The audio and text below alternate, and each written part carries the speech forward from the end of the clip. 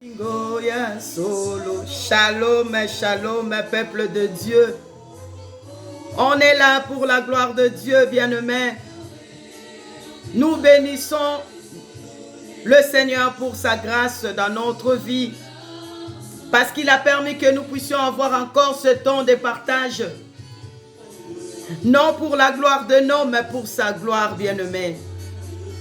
Nous ne voulons plus puiser l'eau dans la pluie que l'homme a creusée. Mais bien-aimé, moi et toi, le temps est venu pour que nous puissions adhérer dans la source de vie, puiser l'eau qui va faire que cela puisse devenir aussi une source d'eau vive en nous. Alléluia. Gloire à Jésus. Gloire à Jésus. Gloire à Jésus, bien-aimé. Il est le Tout-Puissant. Il est le Seigneur de gloire, bien-aimé. Oui, encore shalom, shalom. On est là, bien-aimé, pour la gloire de Dieu.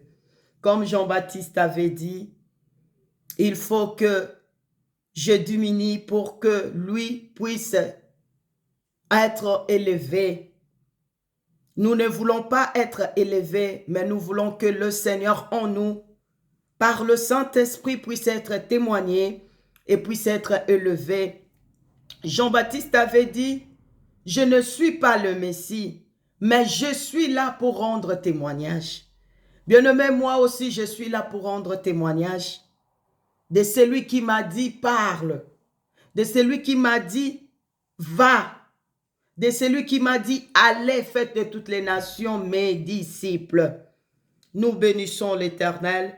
Nous sommes là pour notre temps de partage. Dans notre émission, l'heure vient et elle est déjà là. Elle est déjà venue. On n'attend plus parce que l'heure est déjà là. Nous devons adhérer et vivre ce que le Seigneur avait prédestiné. Et cela s'accomplit maintenant au moment où le temps est venu. L'heure vient et elle est déjà venue où les vrais adorateurs adoreront le Père en esprit et en vérité. Ces temps ici nous révèlent que le puits dans lequel nous devons aller puiser l'eau.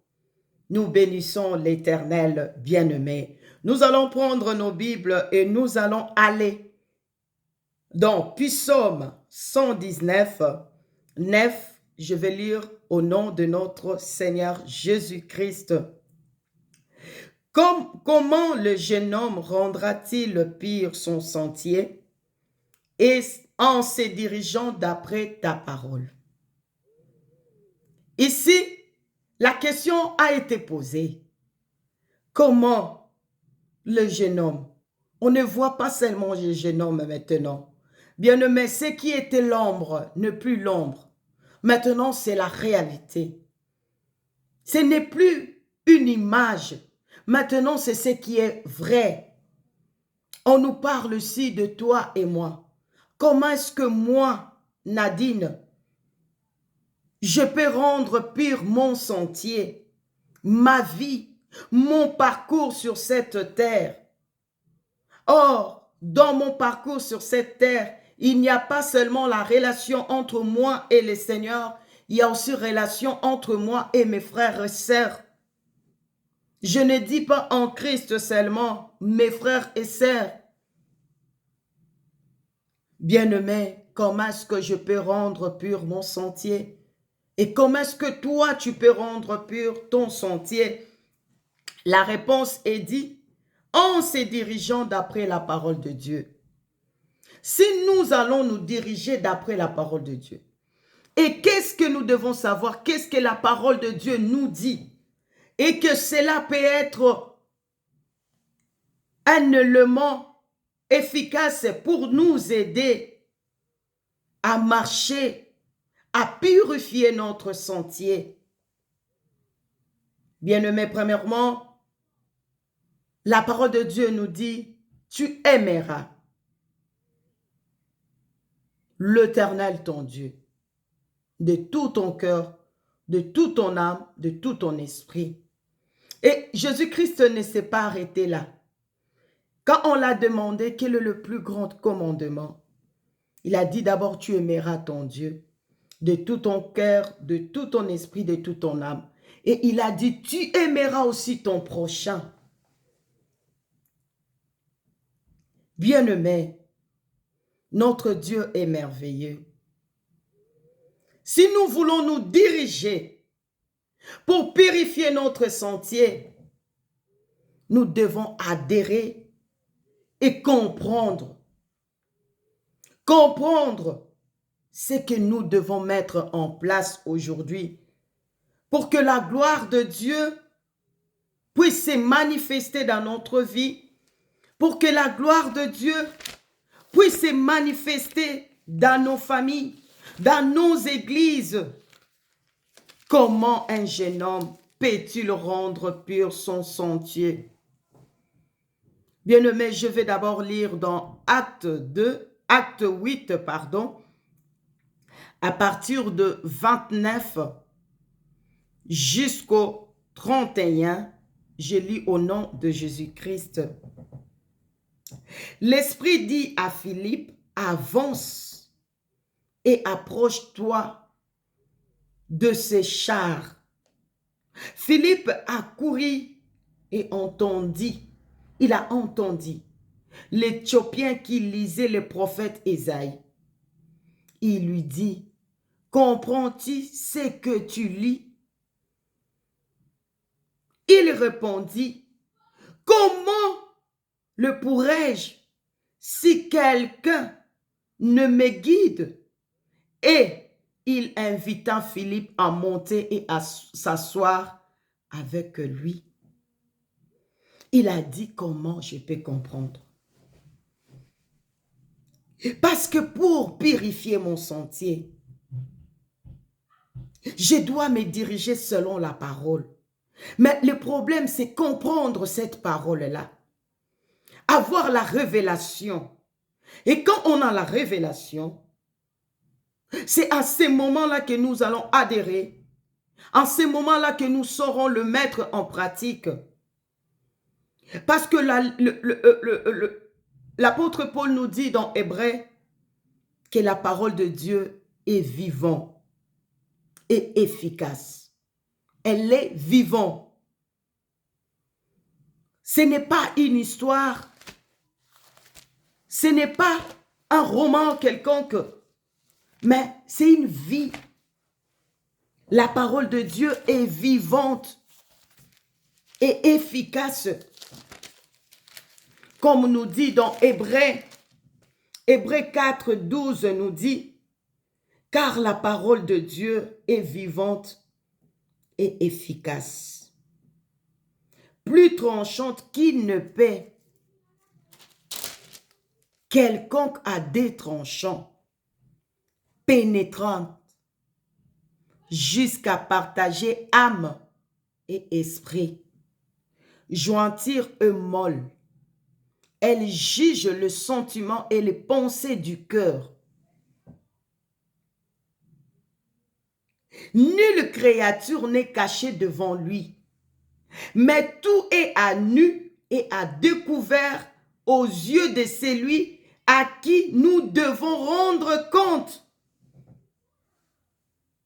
Nous devons d'abord savoir ça, que cette parole, qui est notre guide, est vivante et efficace. En elle, comme nous dit dans Jean 1, au commencement était la parole. La parole était avec Dieu et la parole était Dieu. Et on nous dit en elle, il y avait la vie. Nous devons savoir que dans la parole de Dieu, il y a la vie. C'est toute une vie que nous devons recevoir en nous et que cette vie-là doit être notre guide.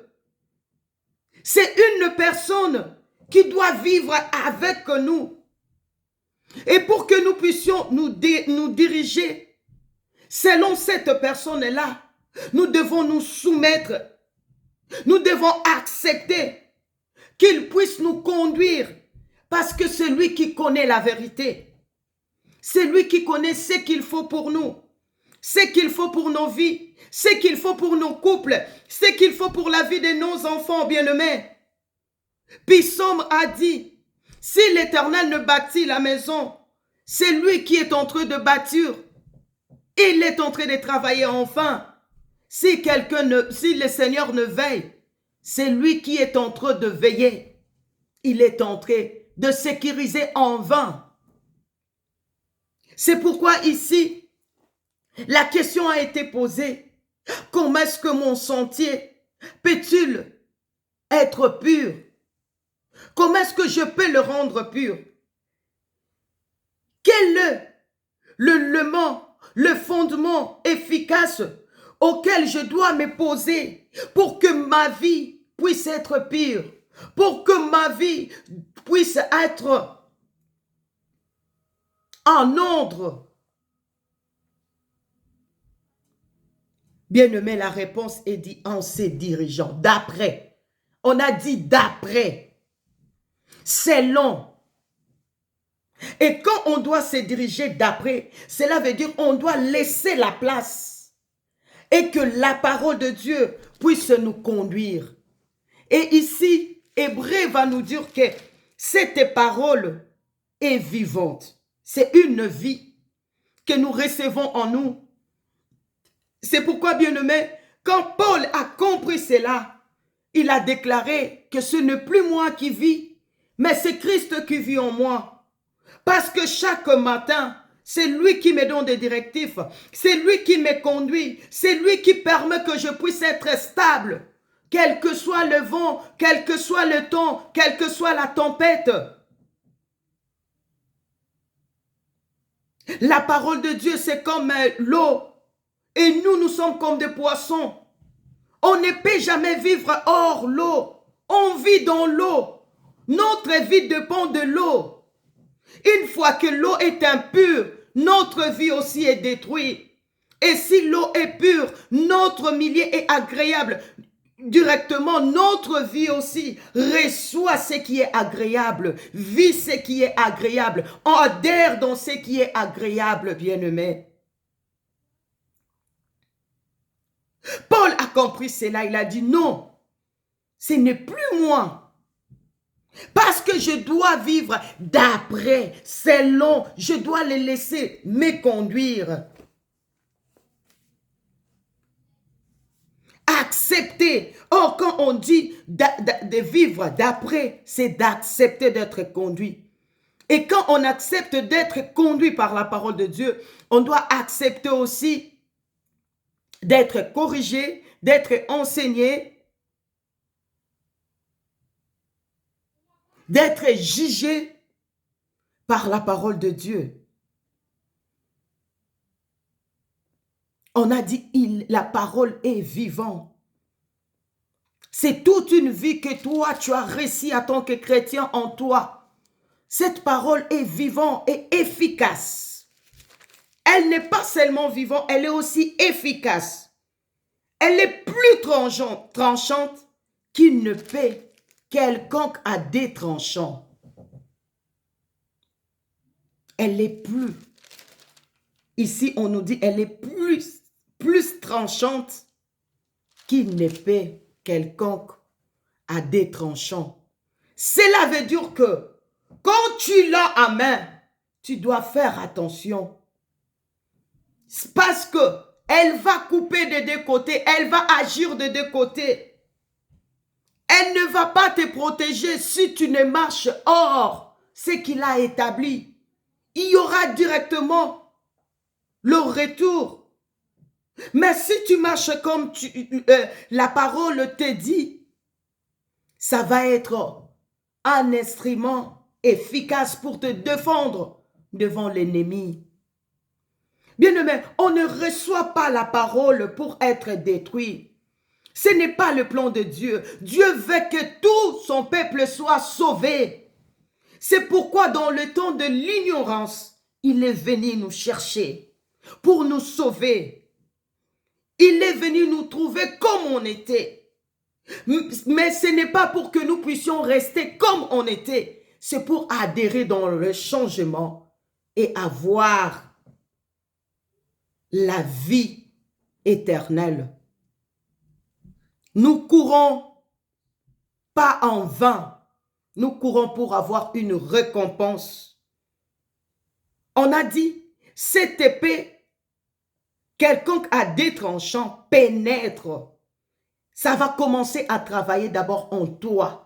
Parce qu'elle va pénétrer en toi, va séparer, va partager âme et esprit, jointure et moelle.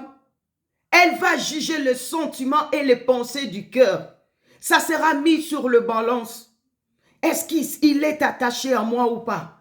Il vit selon moi ou pas? Il fait ma volonté selon moi ou pas? Qu'est-ce qui l'empêche de vivre ce que moi, je veux de le mettre en pratique? Alors le paix de la parole va entrer pour séparer. Mais il faut que toi, tu l'acceptes, bien-aimé. Et la parole de Dieu nous dit, nulle créature n'est cachée devant lui, mais tout est à nu et à découvert. Nulle créature. Il n'y a rien qui est caché. Bien-aimé, on peut faire semblant. On peut prendre l'aspect que nous voulons extérieur, mais notre intérieur, personne ne peut le changer si ce n'est que l'Éternel. Et personne, tu ne peux pas te voiler devant Dieu. C'est pourquoi ce matin, bien-aimés, nous devons rentrer en nous-mêmes et examiner notre sentier. Est-ce que le pur? Et si cela n'est pas le cas, nous devons nous diriger vers la parole de Dieu.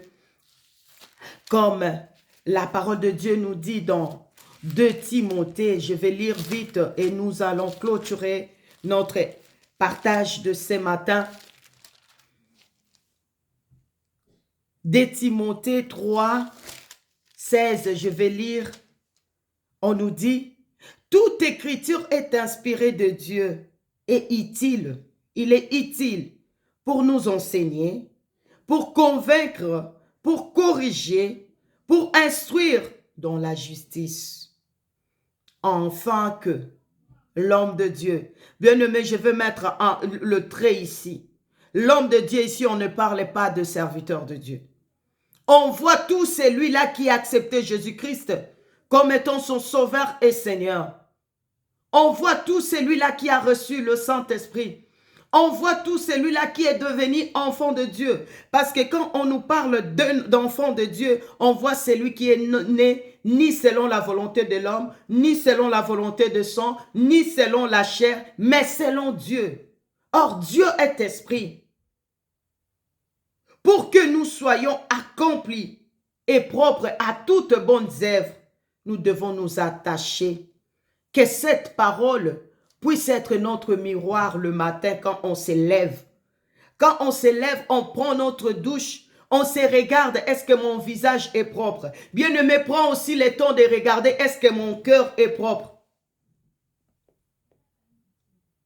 Si on veut sortir, on regarde, est-ce que je suis bien habillé? Regarde aussi à l'intérieur, est-ce que mon intérieur aussi est bien habillé? Le soir, avant de dormir, tu regardes toi. Est-ce que je peux dormir? Je suis dans l'état qu'il faut. Bien-aimés dans le Seigneur, c'est ce que nous devons faire pour la gloire de Dieu. Que le Seigneur puisse te bénir ce matin.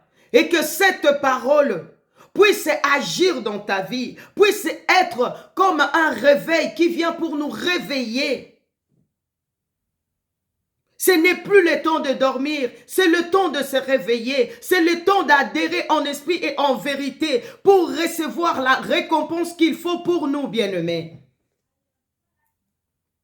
Sois béni, toi qui as pris le temps d'adhérer avec moi pour ces partages. Sois béni, toi que le Seigneur a disposé les oreilles pour que tu puisses écouter. Mais sache que si tu as écouté, tu as maintenant quelque chose à faire aussi de ta part.